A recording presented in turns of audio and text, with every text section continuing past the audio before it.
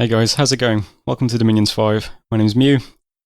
This is turn 1 in a game called EA with Mu.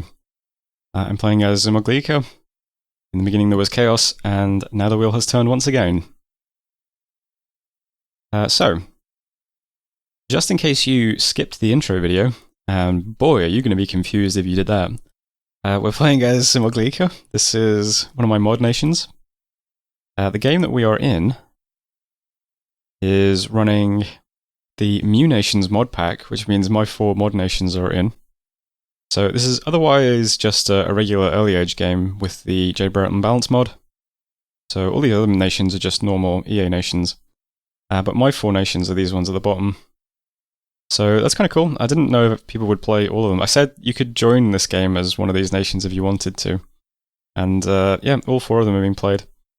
So I'm on Szumogliika. We've also got one guy playing Ocaf, one guy on Uuodeouda, and one on Kirkostaculis. So besides that though, it's a normal kind of EA game with the balance mod we always use. Should be pretty fun. So we have lots of stuff here that is all going to be new to you. I haven't recorded the intro video yet. So it's kind of rude that I'm chastising you for not watching it when I haven't even made it yet, but when I do make it, I'll probably just look through all of the commanders and all of the units.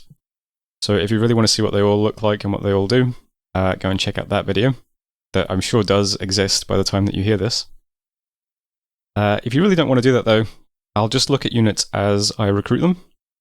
So at the moment I'm just recruiting my Sacreds and a Stellate, but I'll look at those in a moment. First up though, as always, I would rather look at the map. This is a MapNuke map.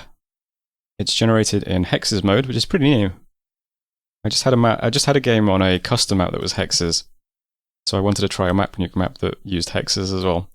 It does look a bit different from MapNuke maps, but it's still very regular. But that's okay. We have quite a few farmlands near us. I guess farmlands are pretty well distributed though. These ones might be a bit hard for us to get to though, because there's a lot of mountain passes in this area.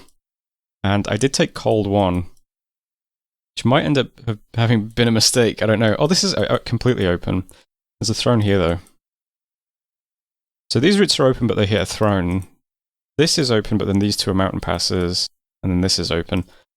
So these farmlands look pretty easy to get to, but I think we have to path all this way to get to them reliably. Maybe it's fine in summer. It might be a bit rough for us to hold this territory with all these mountain passes, I think. What about this section? This is a mountain pass. This is also a mountain pass. Okay. So, everything to the kind of southwest of us might be a bit hard for us to get into.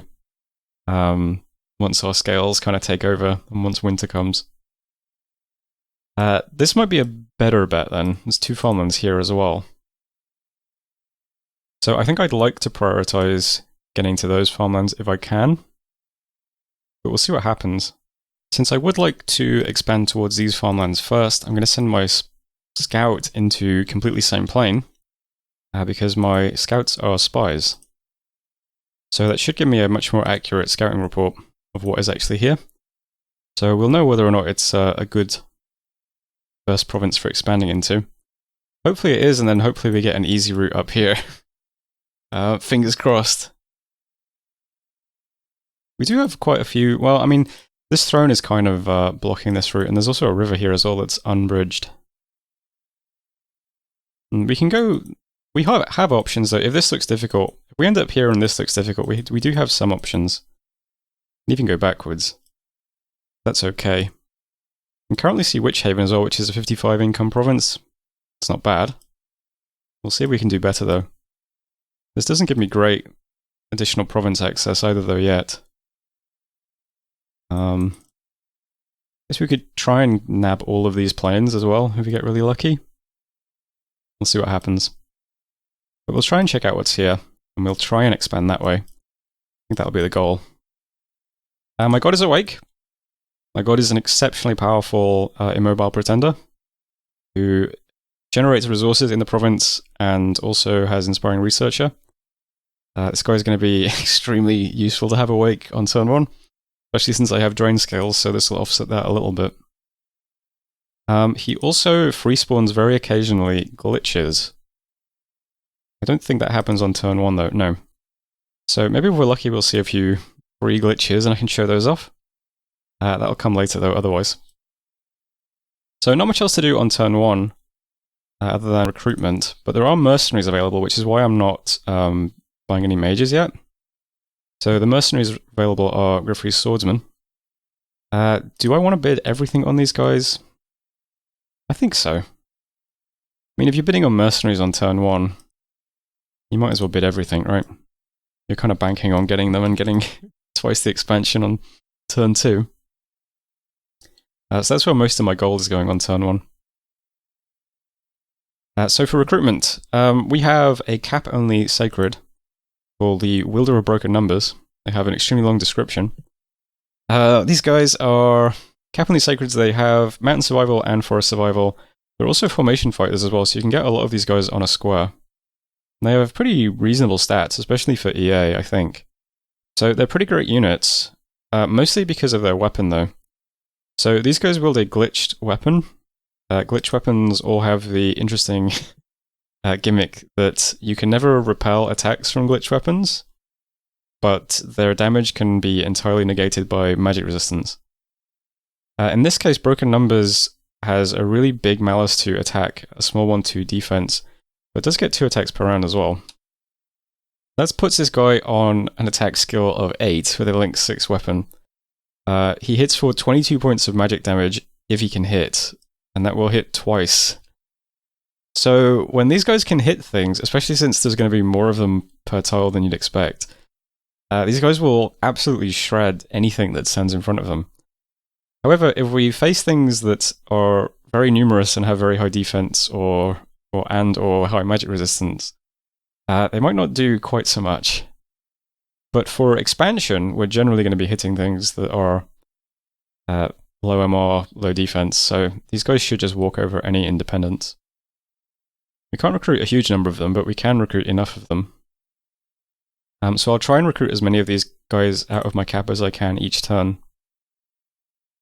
The other little addition we have is a member of the Stellate. These are the only other units that also have Formation Fighter 2, so they stack up quite nicely with the wielders. They only have a mundane broadsword, but otherwise they're very similar. So those guys will be led out by my starting commander, who I think I'm going to rename Early Access Dating Sim. That seems appropriately weird, goes kind of with the pretender name, so we'll make him my prophet. And I think that's it for turn 1. So hopefully we get the mercenaries on turn 2, and then additionally let's hope that completely same plan looks pretty easy. And that is otherwise it for this turn. So I'm just going to submit a partial while I check the video, and I will see you in a moment. Hello, welcome back. This is turn 2, and I usually just spend turn 2 looking at proclamations. Let's look at some proclamations. First up, we have Ulm. The Weird Fish, the Warrior, is the prophet of Junji Ito's Shadow over Innsmouth. Guardian of the Tablets of Destiny, Lord of Dreams, Master of the Barge of Heaven. They're great epithets. Marverni, we have Luctarius. Really? You really gonna Luctarius me? The prophet of Flubberbrain, the Unsleeping Goddess, the Divine Shepherd, Protector of the Holy Mountain. Sarmatia, they got me Dune Big Things in 98. Prophet of Big Worm Dune Thangs. Hammer of Demons, Lord of Luck, Lord of the Healing Arts. Halem, we have Involuntary Organ Donor, Sky Burial. Prophet of Eagle King Rejuvenation Broth. God of Invincible Power, August Master, King of Suffering, Patron of Farmers. Tinanog, we have Pristine 3,000-year-old Monarchies. He's the prophet of Uncomfortably Racist Elf Tropes. Mountain Lord, Lord of the Hunt, Carpenter of the Insides. Memoria, Bird is the Word, prophet of Everybody's Heard About the Bird. Master of the Sacred Eye, Master of Terror, Warrior Against the Sun. Russ, we have Leaks of Cowardice, the prophet of Baleful Soup. Messenger of Gods, Goddess of Illusion and Masquerade, the Foundation. Kirkostaculis, we have Placeholder, is the prophet of the Wig, the Holy Nose, and the Pie. I think that's a what do you call it, Trinity. The Hidden One, Patron of Huntsmen, the Unsleeping God. Uuodeouda, the entire nation rejoices. Is the prophet of prophet of mitochondrial Omicron Kronos. Author and finisher of our faith. That's a pretty good epithet. Grand Vizier of the lands of woe. Queen of this world. Lady of revelry. Patron of artisans. Great name for the prophet. Great epithets for the god. Ocaf in the Valley. We have Doomed to Off Broadway. Is the prophet of the forgotten fourth blue man. Master of the frozen marshes. Eater of filth. Lord of the wind and the hoe. There's me. In the Access Dating Sim. Prophet of Steam / Steam App / Workshop / Content. He who makes clear the way. That's a pretty good epithet for a file path. Right? It's not particularly funny, but it's good. Lord of Forgiving, King of Vultures. And we managed to recruit Gwifrey's Swordsman as well. So that's fantastic news. So there's Proclamations. Right. So here's how the map looks now. Doesn't look too bad. The only really difficult province looks like Uncountable Trees, which has 60 Bone Tribe.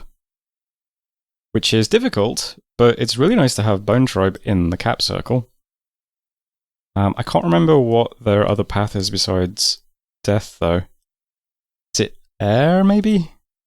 Because we have a lot of death magic already, but we don't have air, so that might be pretty good. If that's what they have, I can't remember. Maybe they have earth, which would also be pretty good. But other than that, yeah, the rest of these provinces look pretty easy to deal with. Hanier is 10 units currently on the map. Completely same plane is about 50, but some of those are militias and light infantries. Huge pile of computer parts is just some deer tribe, 20 units. And Witchhaven is 40 units, including mostly militia.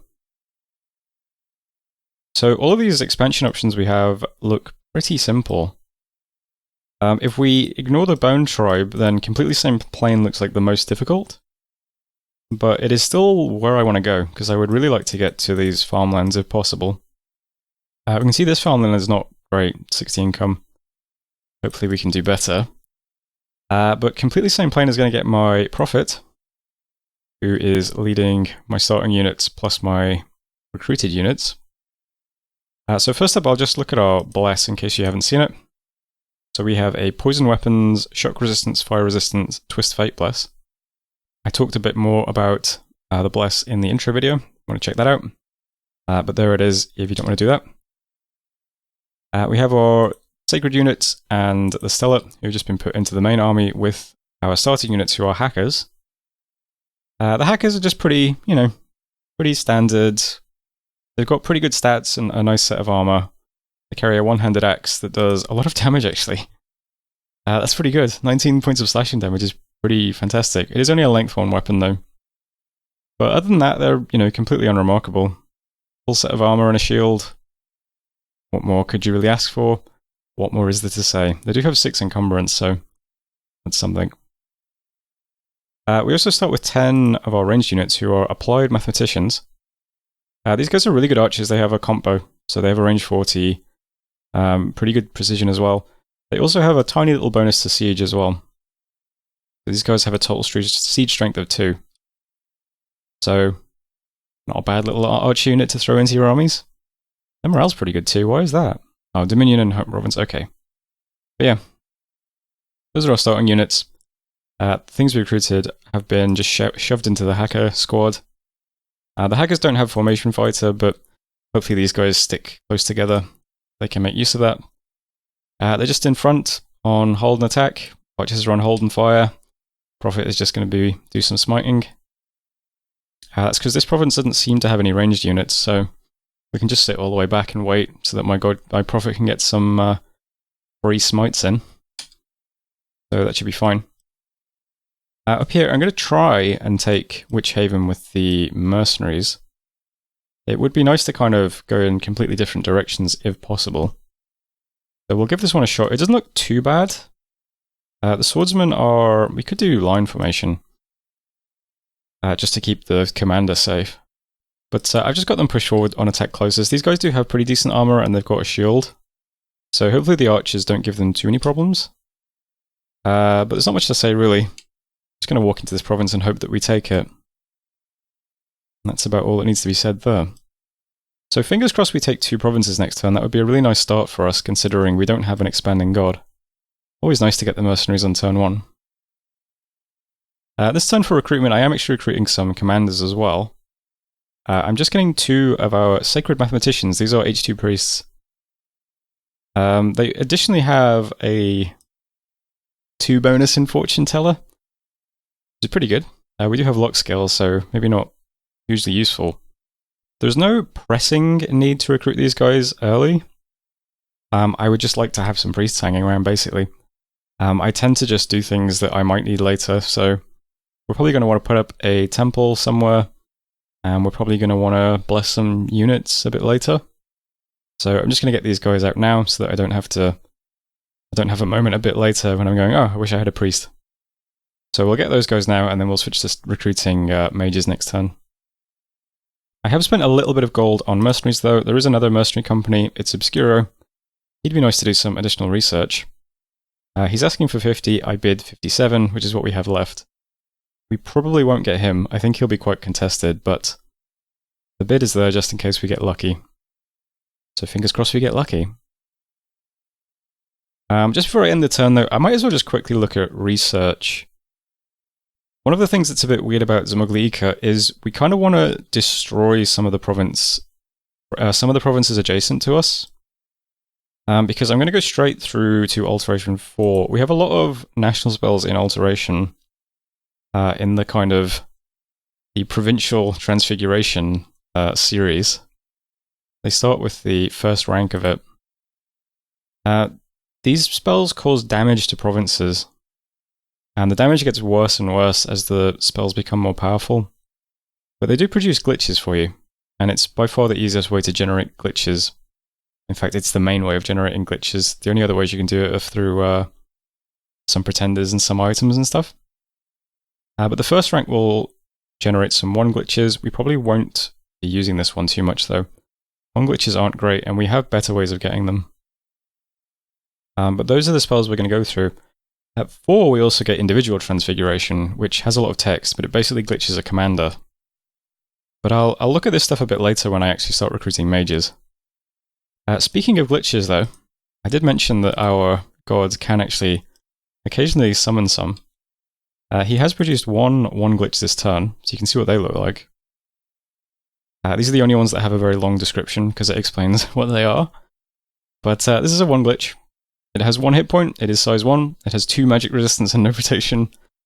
It has 8 in all of its combat stats, and 1 strength. It does, however, teleport with a 100 map move, although it has an age of 1 and an encumbrance of 1 as well. You can probably see the theme.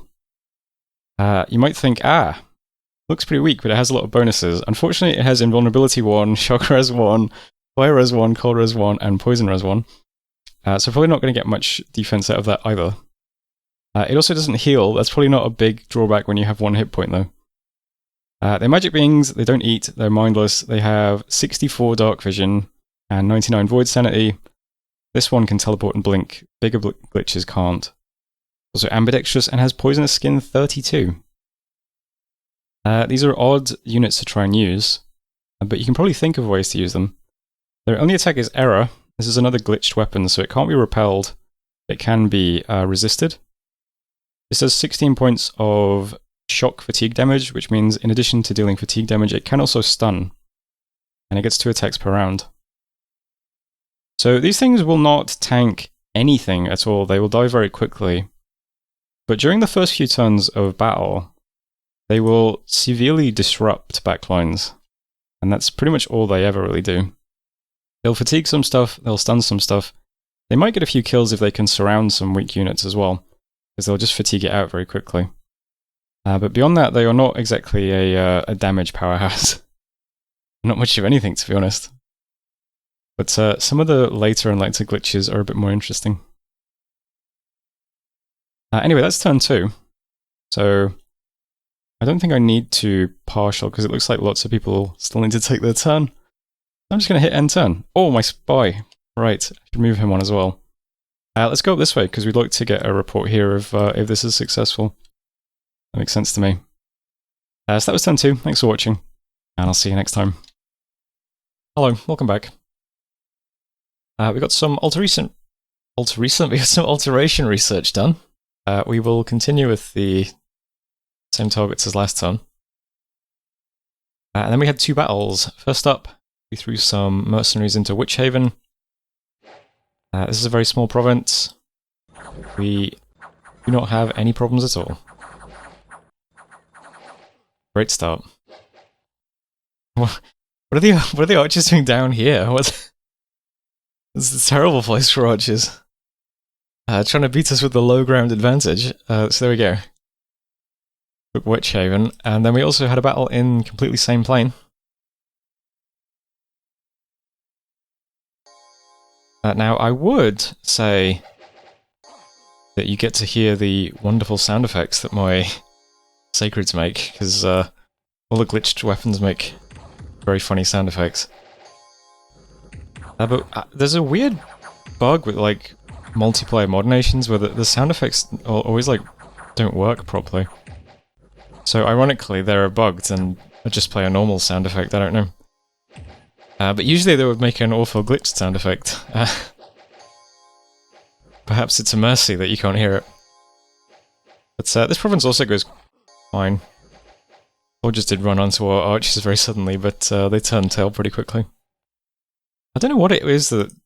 Because I had this problem in my Uuodeouda game where modded sound effects just kept breaking. Then eventually they started crashing replays. So, again, that would be fitting if it started happening in this playthrough, but obnoxious. Anyway, we lost 3 hackers. We lost 1 sacred as well, unfortunately, but other than that, yeah, killed 42 things. Took a province. We then immediately got an event in completely same plane, where we now have Misfortune 3 and some unrest. So, that's not a good start. But we did manage to hire Obscuro. Cheapest Obscuro ever. He's just going to do some research for now. And Gwifrey got in the Hall of Fame. What did you get, Gwifrey? Reinvigoration. Heroic Endurance. Great, that'll really help him when he's meleeing. Good stuff. And that's it for messages. So we just took 2 planes. Neither of them is amazing. Completely Sane is about 44 income. Witchhaven's about 55. Hopefully we'll pick up some better ones though. We can see this farmland now, which looks like a must-get. This is a 120 income province. It's very, very lightly defended currently. Militias, light infantries, and archers. So my profit-led army is just going to immediately slam into that.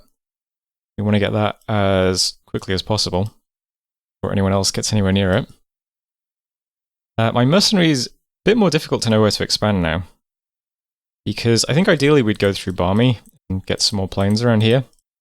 Unfortunately, Barmy has about 40 heavy cavalry, so that one might be off the cards for a while.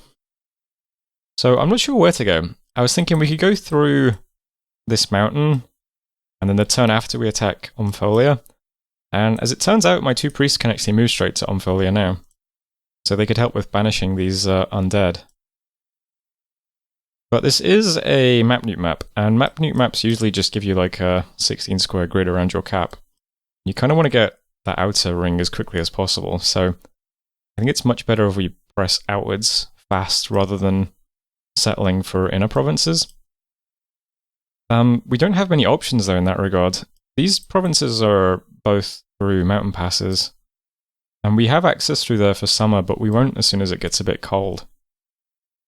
So this will become cut off, which is a bit awkward. It would be joined up through Uncountable, but we can't take out the Bone Tribe yet either. That's 90 Bone Tribe, which is a bit rough.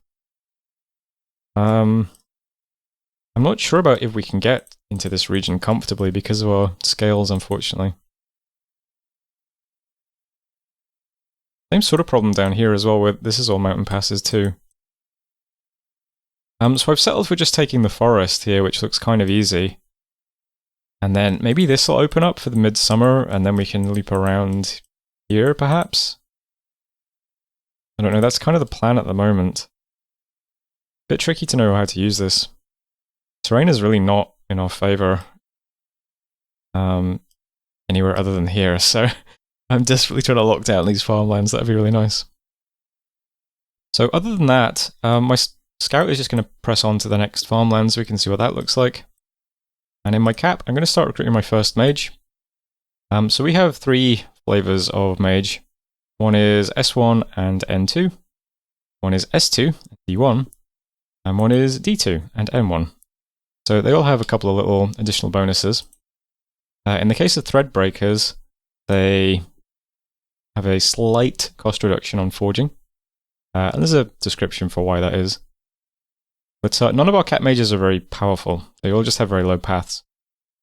And that's because if you want big mages, you have to do this thing. So yeah, this is the spell that gives us our quote-unquote cap-only mages, basically. So all of these mages can be recruited anywhere, but they're not very powerful. I'm going to get Threadbreakers first for 2 reasons. One is they have a bit of Astral, and we have a site in our cap that can be entered by an Astral Mage to summon 1 glitches. So we'll do that. And the other reason I'm for recruiting this guy in particular is because he has N2. And we are very, very, very greedy for nature gems. You may have noticed all the spells I keep indicating are all N spells. Individual Transfiguration, which gives you your cat mages, is 16 nature gems. And ideally you would be casting that every turn. Probably not going to happen that way in practice, but yeah. We want as many nature gems as possible. So I'll get one of these guys out to start site searching, and then I'll get another one to start pulling glitches out of our cap, and then the ones after that will be doing the research, I suppose. Also need to get a couple of loot breakers before winter, because these will cure diseases on our old mages. So that's something to think about as well. So we'll pick up that guy. And that is it for this turn. Obscuro, as I said, is just going to do some research, so we are dealing 45 research per month. That's not too bad. Recruitment in terms of units is just 5 sacreds. I kept a little bit of gold to put the province events in same plane up to 8, because yeah, the province is now Misfortunes 3, Death 1, Drain 1, with 19 unrest. This might get some pretty nasty events over the next few turns, but hopefully that doesn't happen. Both of these provinces are also currently queued up to recruit commanders. There's nothing interesting to recruit here. But I'm going to get 2 commanders so that we have them to lead armies later on. And that'll be fine. Otherwise, I think that's it for this turn. So I'm just going to pause you while I check the video. And oh, that's the end of the video. So thanks for watching. Hope you're enjoying it so far. Since this is the end of the first video, I will just say, if you do enjoy the series, please consider liking the videos, commenting, subscribing to the channel and all that. And thank you to my patrons for their continued support in keeping me running the channel. And if you would like to support the channel, consider joining the Patreon. But other than that, thanks for watching, and hopefully I'll see you next time.